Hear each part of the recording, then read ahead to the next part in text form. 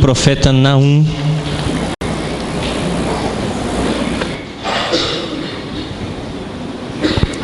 Livro do profeta Naum. Para lermos do verso de número 1 até o verso 15. Para nossa meditação esta manhã de domingo.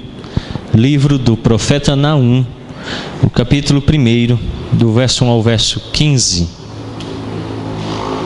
Depois do livro do profeta Miqueias, do profeta Naum, capítulo 1, verso 1 ao verso 15. Diz assim a palavra do Senhor: Sentença contra Nínive. Livro da visão de Naum, o Elcosita. O Senhor é Deus, zeloso e vingador. O Senhor é vingador e cheio de ira. O Senhor toma vingança contra os seus adversários e reserva indignação para os seus inimigos. O Senhor é tardio em irar-se, mas grande em poder, e jamais inocenta o culpado. O Senhor tem o seu caminho na tormenta e na tempestade. As nuvens são o pó dos seus pés. Ele repreende o mar e o faz secar. Mingua todos os rios. Desfalecem Bazã e o Carmelo. A flor do Líbano se murcha. Os montes tremem perante ele, e os outeiros se derretem. E a terra se levanta diante dele.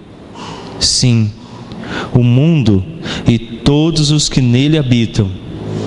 Quem pode suportar a sua indignação? E quem subsistirá diante do furor da sua ira? A sua cólera se derrama como fogo, e as rochas são por ele demolidas. O Senhor é bom, é fortaleza no dia da angústia, e conhece os que nele se refugiam. Mas, com inundação transbordante, acabará de uma vez com o lugar desta cidade. Com trevas perseguirá o Senhor os seus inimigos. Que pensais vós contra o Senhor? Ele mesmo vos consumirá de todo. Não se levantará por 2 vezes a angústia. Porque ainda que eles se entrelaçam como os espinhos e se saturam de vinho como bêbados, são inteiramente consumidos como palha seca. De ti, Nínive, saiu um que maquina o mal contra o Senhor, um conselheiro vil. Assim diz o Senhor: por mais seguro que estejam e por mais numerosos que sejam, ainda assim serão exterminados e passarão. Eu te afligi, mas não te afligirei mais. Mas de sobre ti, Judá, quebrarei o jugo deles e romperei os teus laços. Porém contra ti, Assíria, o Senhor deu ordem para que não haja posteridade que levante o teu nome. Da casa dos teus deuses exterminarei as imagens de escultura e de fundição. Serei o teu sepulcro, pois és vil. Eis sobre os montes os pés do que anuncia boas novas, do que anuncia a paz. Celebra as tuas festas, ó Judá, cumpre os teus votos, porque o homem vil já não passará por ti, ele é inteiramente exterminado. Oremos. Sejam bem aceitas as palavras da minha boca, o meditar do meu coração, a tua presença. Deus meu, rocha minha e meu Redentor, é o que oramos em nome de Cristo Jesus. Amém.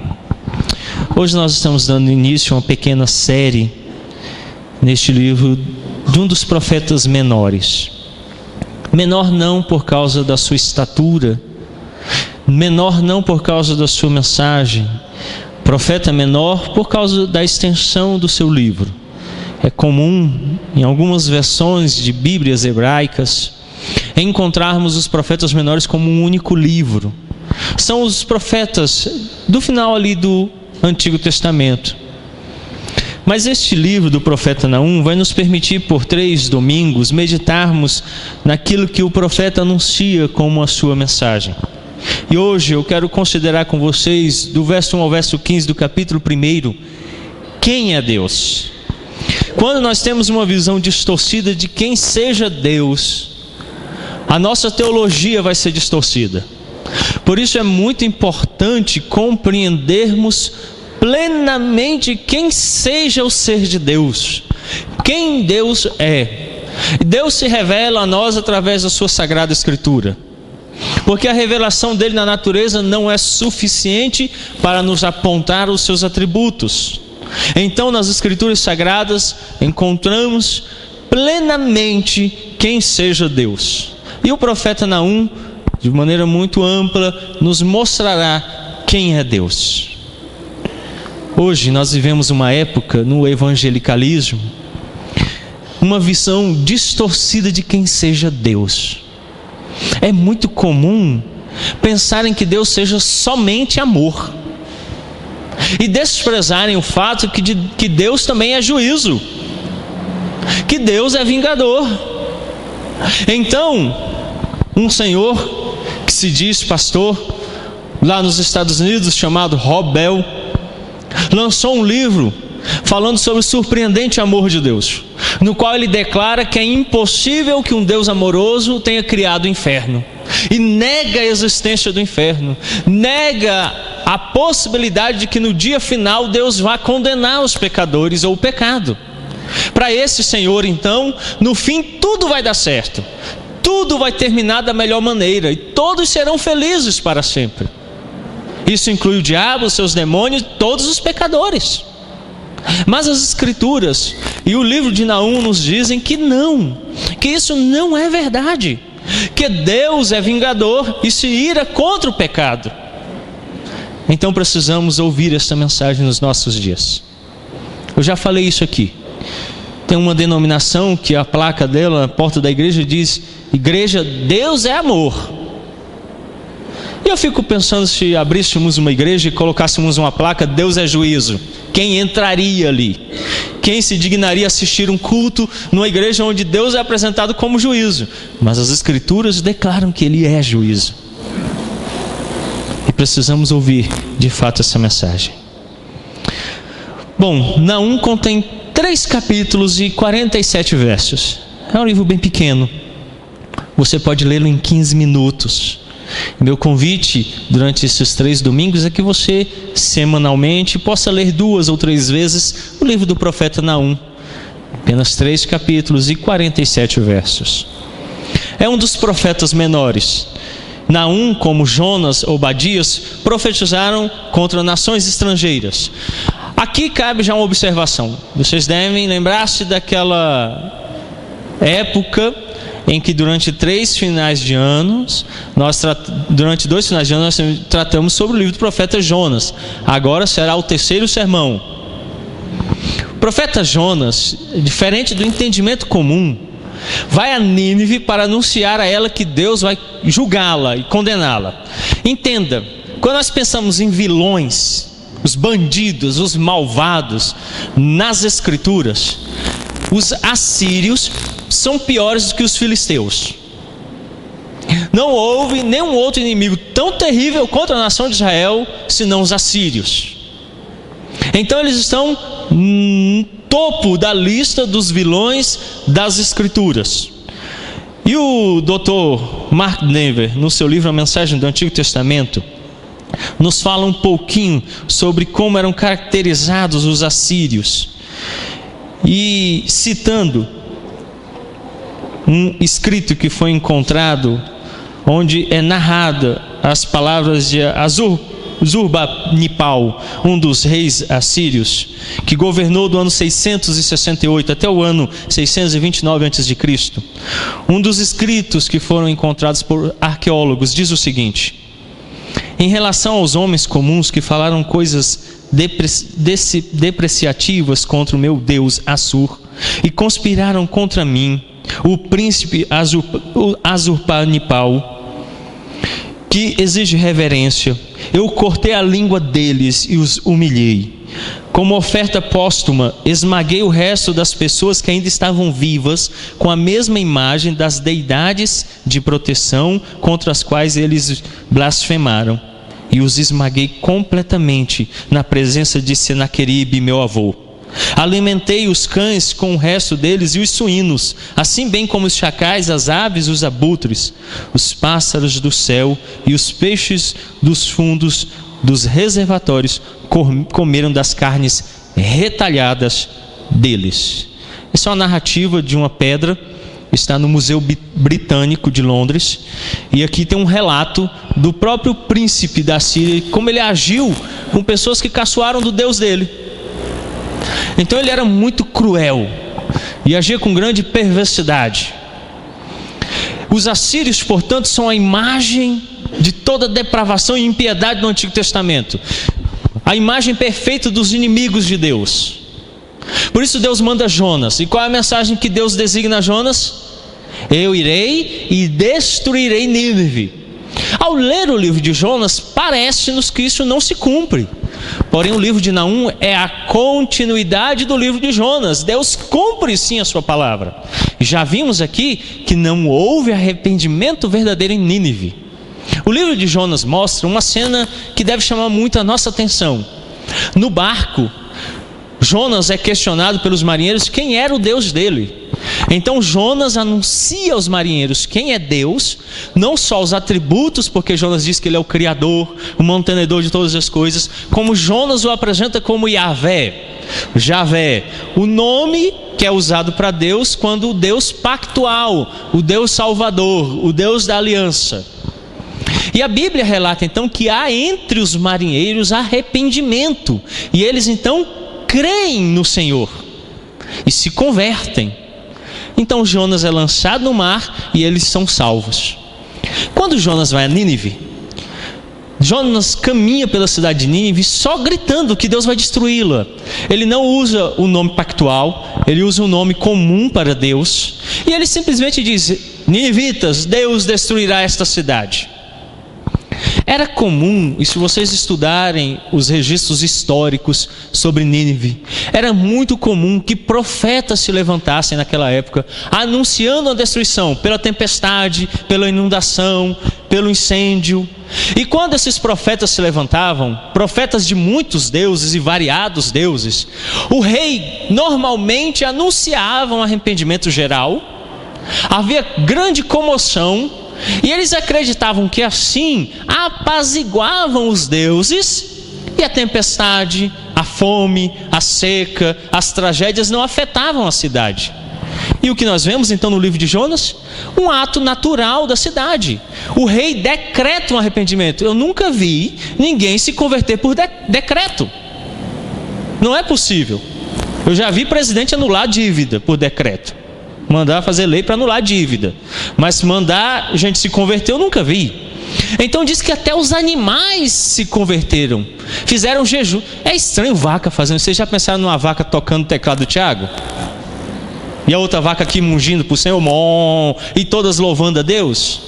É um falso arrependimento em Nínive por decreto do rei, algo que era natural à cidade. Eles aparentam arrependimento como eles faziam com todos os deuses. E não há arrependimento autêntico em Nínive. Então, depois de 125 anos, Deus levanta o profeta Naum para dizer: eu vou destruí-los, porque vocês não deixaram seus maus caminhos. E então, agora, Jonas, Obadias e Naum são profetas que falam contra nações estrangeiras, anunciando o julgamento de Deus. A mensagem de Naum visa confortar o povo de Judá, que tinha sofrido muita opressão sob o domínio dos assírios. É difícil datar a época da profecia de Naum, mas há um consenso geral entre os teólogos que seja entre o ano 663 e o ano 612 a.C. Ainda o Dr. Mark Dever, falando sobre Nínive, em especial sobre o período em que Naum está falando, ele diz assim: no século 7 a.C., a Assíria foi o maior poderio daquela região no mundo. A capital Nínive, localizada do lado oriental do rio Tigre, a área que faz fronteira com a atual cidade de Mossul, no Iraque, era uma das maiores e mais poderosas cidades da terra. Seu tamanho, poder e riqueza inspiraram fábulas. Seus muros eram um bom retrato da sua magnificência. No mínimo 2 fileiras de muros, com quilômetros e quilômetros de extensão, rodeavam toda a cidade. O muro interior, o mais alto dos dois, tinha cerca de 30 metros de altura e a largura suficiente para colocar 3 carros lado a lado. O lado exterior das suas fileiras de muro havia um fosso de 45 metros de largura e 18 metros de profundidade. O rio Tigre e outros rios menores rodeavam Nínive e faziam com que a cidade parecesse inexpugnável. De fato, havia uma nascente de um rio chamado Cus dentro da cidade, o que fazia com que a cidade, mesmo cercada por exércitos inimigos, prolongasse durante um grande período de cerco a sua vida. Mas o profeta Naum anuncia que esse mesmo rio é a destruição dela. Deus produz uma enchente nele. E devido a essa enchente, os muros caem. O profeta narrou isso na sua profecia. E esses muros em queda permitem então que os babilônios invadam a cidade e destruam os assírios. Mas pense comigo, um poderio militar como nunca visto antes. Como foi falado aqui, muros de 30 metros de altura, a largura que 3 carros em fila podiam ficar sobre o muro. Era permitido que carruagens a cavalos circundassem a cidade sobre o muro. Um fosso de 18 metros de profundidade estava posto lá de fora do muro, impedindo que os exércitos inimigos se aproximassem e escalassem o mesmo. Os assírios eram conhecidos pelo seu grande poderio militar. Quando tomavam a cidade, matavam seus habitantes, pegavam seus príncipes e vivos, enfiavam eles pelo ânus em estacas de madeira, até que saíssem pelas suas gargantas.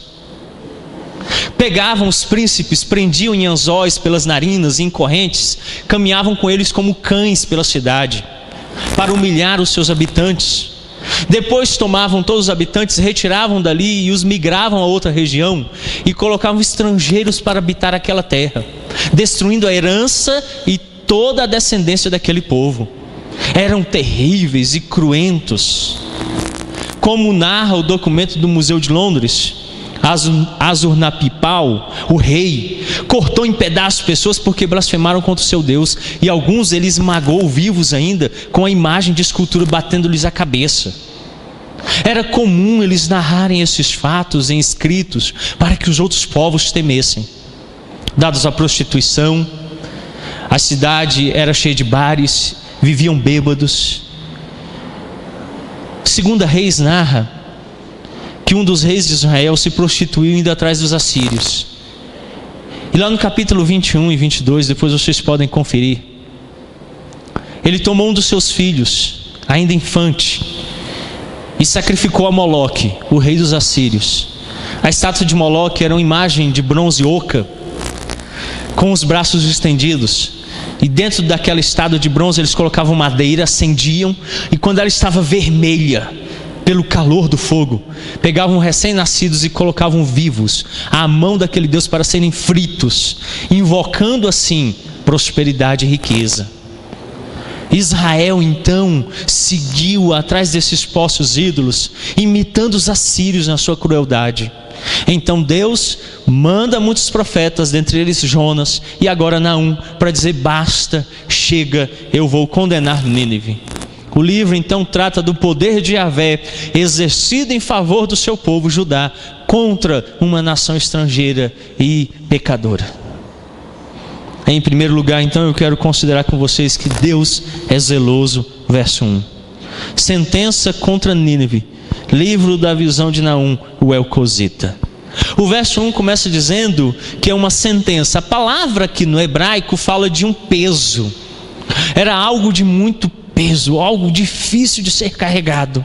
É de fato uma mensagem poderosa, uma mensagem de grande peso, anunciada contra a nação de Nínive por Naum. E no verso 2 então ele começa dizendo: o Senhor é Deus zeloso. Então aqui ele declara que Yahvé é zeloso. Deus é zeloso. O termo aqui no hebraico é ciumento. Mas não pense no ciúme humano, naquele ciúme que nós sentimos em relação a uma pessoa ou a uma coisa por posse. O ciúme de Deus é diferente. Primeiro, diz respeito a Ele mesmo. Deus é ciumento quanto às suas características, os seus atributos, a sua santidade, o seu poder, a sua majestade. Em sua majestade, em sua santidade, Deus não permite rivais. Êxodo capítulo 20, o verso 5. Abra sua Bíblia no segundo livro da lei de Moisés, chamado Êxodo, o capítulo 20, o verso 5.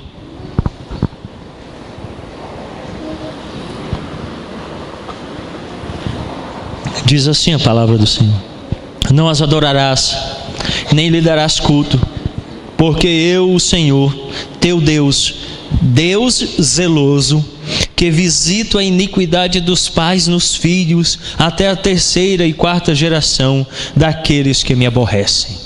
Então, Moisés começa declarando ao povo a lei, e nos primeiros mandamentos ele já começa a apresentar os atributos de Deus. E um desses atributos é que ele diz que Deus é Deus zeloso. Deus zela por si mesmo. Deus é ciumento por ele, por quem ele é. Então ele não permite que haja outros deuses diante dele, que haja competição com ele, que ele seja dividido. Deus requer para si toda a adoração e a exclusiva adoração. Toda a nossa vida, as nossas faculdades e bens, tudo deve ser consagrado a Ele e exclusivamente a Ele. Ele é zeloso. Deus não aceita competição. O livro de Josué, o capítulo 24, o verso 19. Josué 24, verso 19. Então Josué disse ao povo: não podereis servir ao Senhor, porquanto é Deus santo, Deus zeloso, que não perdoará a vossa transgressão, nem os vossos pecados. Então aqui o Josué traz ao povo essa mensagem de que o povo não pode ir até Deus, porque Deus é zeloso consigo mesmo. Por causa da santidade dele, não permitirá que haja na presença dele pecado. Então Josué diz assim: Deus é zeloso. Ele é um Deus zeloso, que não perdoará a vossa transgressão, nem os vossos pecados. Então ele diz assim: vocês não podem vir servir a Deus com pecado, porque Ele cuida do seu nome, Ele cuida de quem Ele é. Deus é zeloso. Profeta Zacarias, capítulo 8, verso 2. Profeta Zacarias, o capítulo 8, o verso 2. Assim diz o Senhor dos Exércitos: tenho grandes zelos de Sião, e com grande indignação tenho zelos dela. O profeta Zacarias, no capítulo 8, verso 2, diz que Deus tem grandes zelos de Sião, e com grande indignação tenho zelos dela. Deus é um Deus zeloso de quem Ele é. Então, quando nós pensamos em Deus, precisamos entender que Ele não suporta o nosso pecado, o erro, a iniquidade. Ele é zeloso, Ele é cuidadoso, Ele preserva a sua santidade, a sua majestade, a sua pureza. Então, quando Deus chama o profeta Naum e diz assim: vai a Nínive e avisa que eu não os suportarei mais, porque está ferindo a minha santidade, a minha majestade. Hoje, nos nossos dias, a igreja precisa resgatar essa mensagem. Cuidado, homens, vocês estão ofendendo a santidade e a pureza de Deus, e Ele é zeloso, Ele é ciumento da sua imagem, de quem Ele é, do seu nome. Então é comum nós ouvirmos as pessoas praguejando e resmungando: ah, se Deus existisse, não tinha violência. Ah, se Deus existisse, não tinha dor, não tinha sofrimento, e isso e aquilo. Mas se esquecem que não é Ele que comete pecados, somos nós. Não foi Ele que colocou esse mundo em estado de queda, fomos nós. Não é Ele que tem praticado a injustiça, Ele é justo, mas nós somos injustos. Não há um sequer. Todos nos desviamos, a uma nos extraviamos da presença dEle. Então tudo isso não é responsabilidade dEle. Então o nome dEle em vão tem sido colocado junto a essas questões. Antes, Ele é santo e soberano e majestoso, mas nós como igreja nos silenciamos. E então o homem começa a culpar Deus e começa a manchar o nome de Deus, quando a igreja deveria levantar uma mensagem dizendo: Ele é zeloso do nome dEle, não suporta o pecado e não coaduna com o pecado. E a igreja então, ficando em silêncio, tem deixado de anunciar que Ele é um Deus zeloso, cuidadoso e que de fato manifesta a justiça. Deus é vingador. O verso 1 diz que Ele chama Naum e diz assim: apresenta a sentença contra Nínive. E aí no verso 2 então diz assim: o Senhor é Deus zeloso e vingador.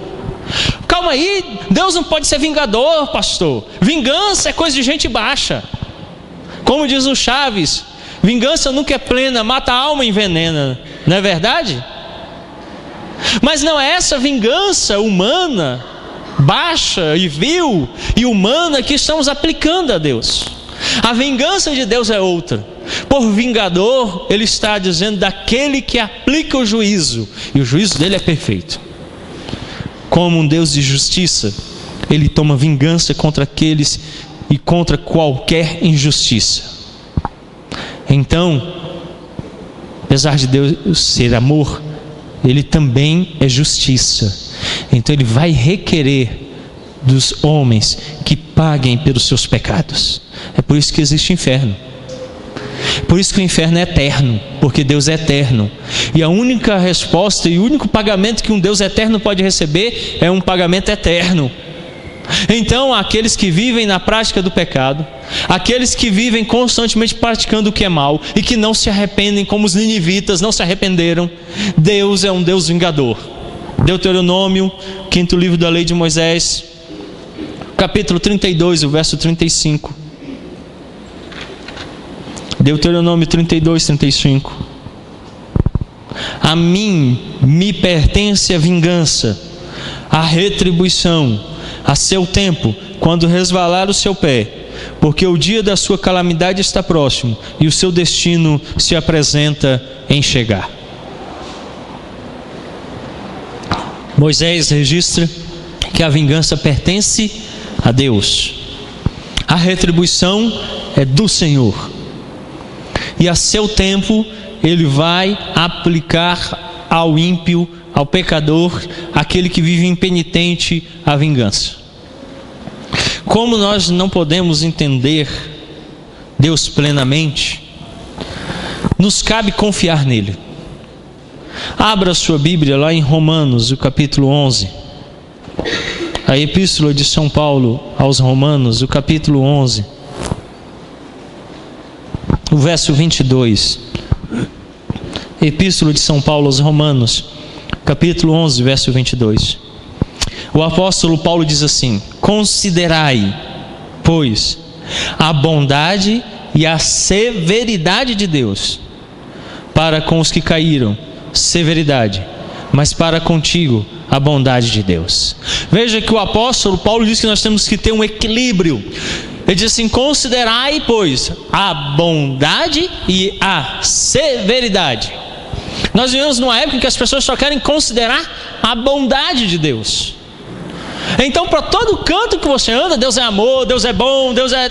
mas Deus nunca é juízo, Deus nunca castiga o pecador. E Paulo diz então, meus irmãos, considerai as duas, a bondade e a severidade. A bondade para com vocês que foram salvos, e a severidade para com aqueles que caem, aqueles que vivem em pecado. Então Naum resgata essa visão de Deus, tão esquecida pela igreja. Veja como a nossa mente está cauterizada e o nosso coração está embrutecido pelo pecado. Há entre nós quem peque e ache que Deus não está vendo, que Deus não sabe, que Deus não conhece as profundidades da sua iniquidade.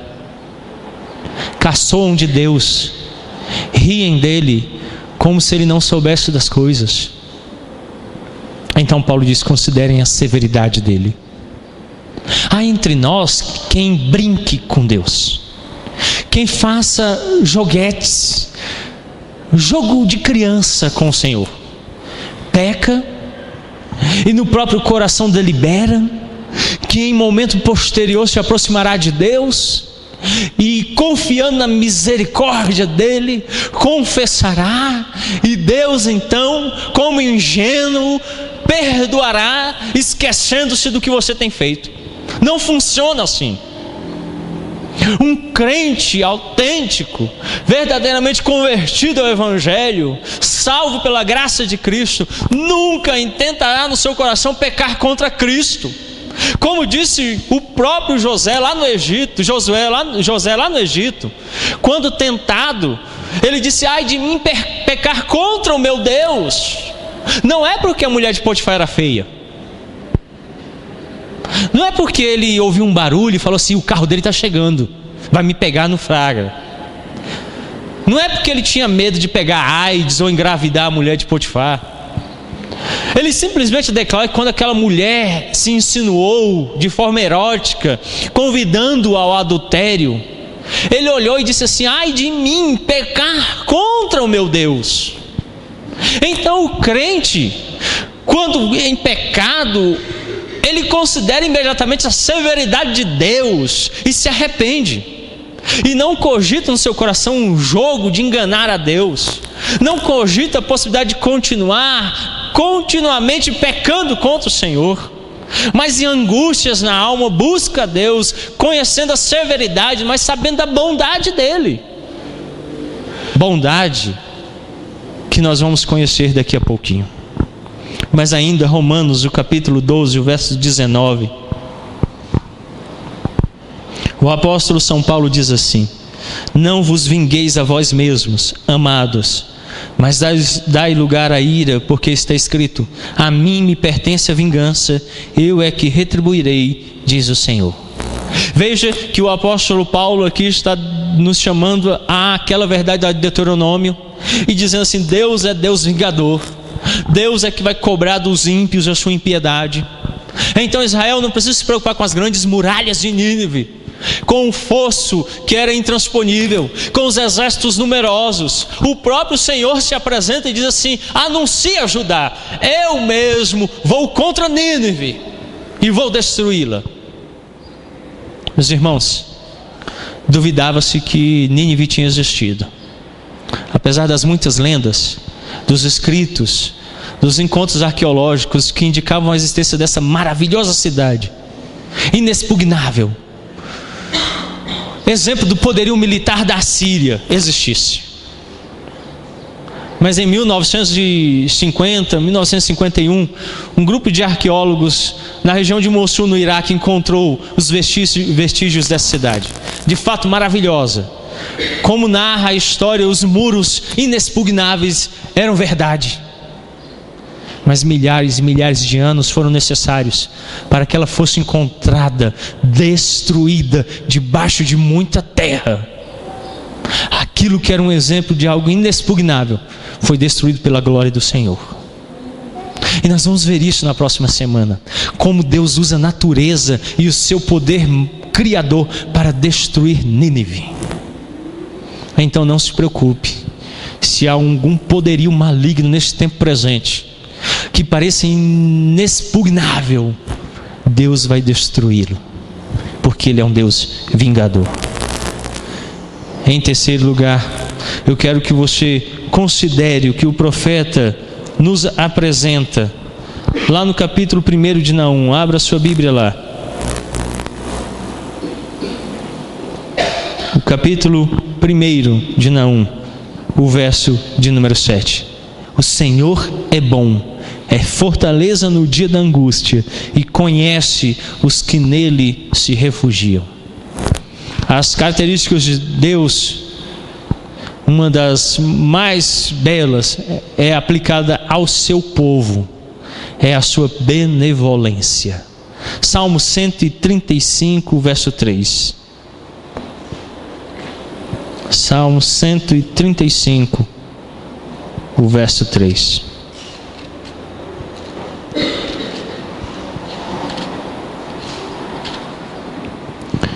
Louvai ao Senhor, porque o Senhor é bom. Cantai louvores ao seu nome, porque é agradável. Veja que o salmista declara que Deus, Ele é bom. Deus não se torna bom. Um grande erro nos nossos dias é pensar que Deus se torna bom, ou que Deus faz o que é bom. Deus, Ele é bom. Se Deus não fizer nada, Ele é bom. Ele é bom. Não é porque Ele realiza, Ele faz, Ele é. É por isso que eu já chamei a atenção na igreja, e eu digo, não é que seja errado fazer culto de ações de graças. O errado é reduzi-lo a ações e circunstâncias. Então eu ganho aumento de salário e faz culto de ações de graças. Deus é bom. Não, Deus era bom quando você não tinha aumento de salário. Deus é bom quando você passa fome. Deus é bom quando você está... Deus, Ele é bom. Ele não se torna bom pelo que Ele faz a nós. Então a gente reduz Deus às circunstâncias da vida. E aí quando acontecem coisas boas, eu vou lá e digo, Ele é bom. Não, Ele não é porque as coisas boas aconteceram. Ele é em si mesmo. Por isso o salmista encerra o verso 3 dizendo, porque é agradável. Então me agrada louvá-lo por quem Ele é, e não pelo que Ele faz. Senão a gente vira essas igrejinhas de esquina, que fica fazendo campanhazinha da prosperidade. E aí o cara só faz porque ganha alguma coisa, só adora porque recebe alguma coisa, e vira mercado, vira negócio. E Deus então é reduzido a moeda. Lá Ele não é Deus, lá Ele é recurso. Então o profeta diz, Deus é bom. Por isso Naum anuncia, o Senhor é bom, é fortaleza no dia da angústia, e conhece os que nele se refugiam.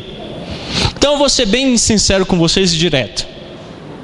Já imaginou aquele parente distante, esquecido, que você nem conhece o cara, bate na sua porta, quando fica sabendo que você recebeu um dinheirinho a mais? Aí você fala, poxa, o fulano não lembra de mim nos meus aniversários, ele nunca me procura, nos dias de lutas ele não estava comigo, mas quando eu recebi um dinheiro a mais, bate na porta pedindo ajuda. Você logo se indigna, e olha que você faz a mesma coisa.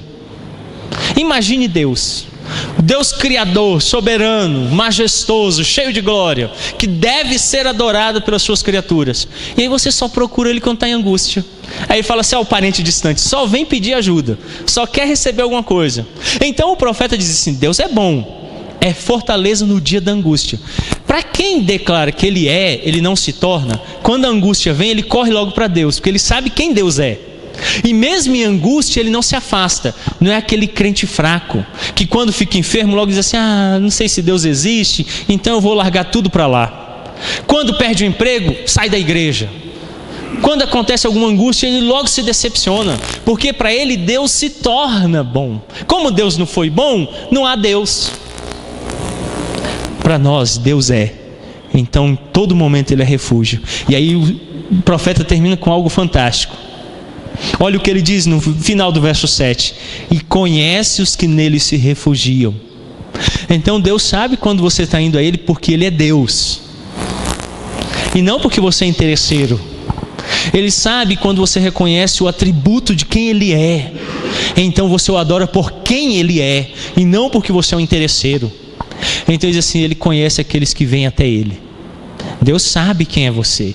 Deus conhece o seu coração. Ele sabe o que está acontecendo quando você dizima. Ele sabe o que está acontecendo quando você se dispõe a servir na igreja. Ele conhece quais são os seus motivos de estar buscando a Ele. Por isso Deus é bom. Salmo 107, o verso 1.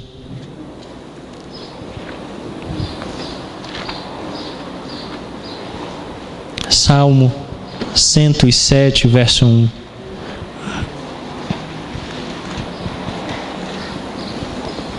Rendei graças ao Senhor, porque Ele é bom, a sua misericórdia dura para sempre. E ainda o Salmo 118, verso 1. Rendei graças ao Senhor, porque Ele é bom, porque a sua misericórdia dura para sempre. E há muitos outros salmos. Se passássemos toda a manhã aqui, eu acho que não iríamos distinguir os salmos que declaram que Deus é bom. A sua benevolência se manifesta para com o seu povo. Então veja, ele vem falando de como Deus age para com os de fora. E então de repente as pessoas vão correr e dizer assim: ai, Deus está me castigando, e você poder declarar: Deus é bom. Sim, quando Deus aplica o castigo, quando Deus se torna o vingador daqueles que praticam mal, Ele está falando a nós que Ele cuida, dirige e está nos guardando. Deus é bom. E se não fosse Ele, eu seria como a Síria, eu seria como Nínive. Então, pela sua bondade e a sua benignidade, Ele me resgatou. Então, quando se trata dos atributos de Deus quanto ao pecado, eu devo cair de joelhos e dizer assim: o Senhor é bom. Porque se não fosse o Senhor, eu estaria praticando o mal como Nínive, como a Assíria. Então, consideremos no nosso coração essa mensagem inicial de quem é Deus, para compreendermos a ação dEle contra o pecado, contra o ímpio e a sua severidade em relação à sua bondade. Curvemos a nossa fronte e oremos. Senhor, nos esquecemos de constante que o Senhor é um Deus zeloso. E como cristãos, levamos o sobrenome de Cristo. Então, ó Deus, já que é necessário uma profunda meditação, se o zelo do Senhor não está se manifestando contra nós, se o nosso testemunho não tem provocado a Tua ira, nos ajuda, ó Deus, porque o Senhor é zeloso para com a Sua santidade, para com o Seu nome. E se por acaso há impiedade tal entre nós, se há iniquidade sem arrependimento, o profeta anuncia que o Senhor é um Deus vingador e tomará vingança, e que o Senhor há de aplicar o castigo contra aqueles que vivem na impiedade e que não querem se arrepender. Então que todos os homens em todo lugar ouçam esta mensagem, que o Senhor é um Deus de justiça e requer que haja pagamento pelo pecado cometido. Então aqueles que se aproximam de Cristo e creem nele como Senhor e Salvador, têm os pecados perdoados e o preço pago a este Deus vingador. E então Ele se manifesta a nós como um Deus bom, porque o Senhor é bom e a bondade faz parte dos Teus atributos divinos. Então nós reconhecemos quem Tu és e rendemos glória e louvor ao Teu nome pelo que és, a fim de que o zelo do Senhor não se manifeste contra nós e nem tome o Senhor vingança contra o seu povo. Nós declaramos e cultuamos o Senhor pelo que o Senhor é, mesmo em meio a angústias e aflições. Sabemos que em lutas o Senhor é o nosso refúgio, porque o Senhor é bom.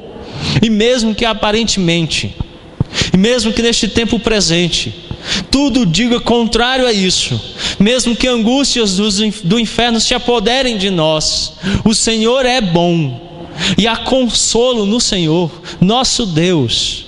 Então, ó Deus, não permita que em angústias e lutas pequemos contra o Senhor, mas antes que busquemos refúgio no Senhor, sabendo que o Senhor é bom, e que todo homem reconheça isso, que Deus é bom e tem sido bondoso para conosco, e a sua benevolência tem sido aplicada sobre as nossas vidas, pela graça e pela misericórdia de Deus. É o que nós oramos, Pai, gratos em nome de Cristo Jesus. Amém.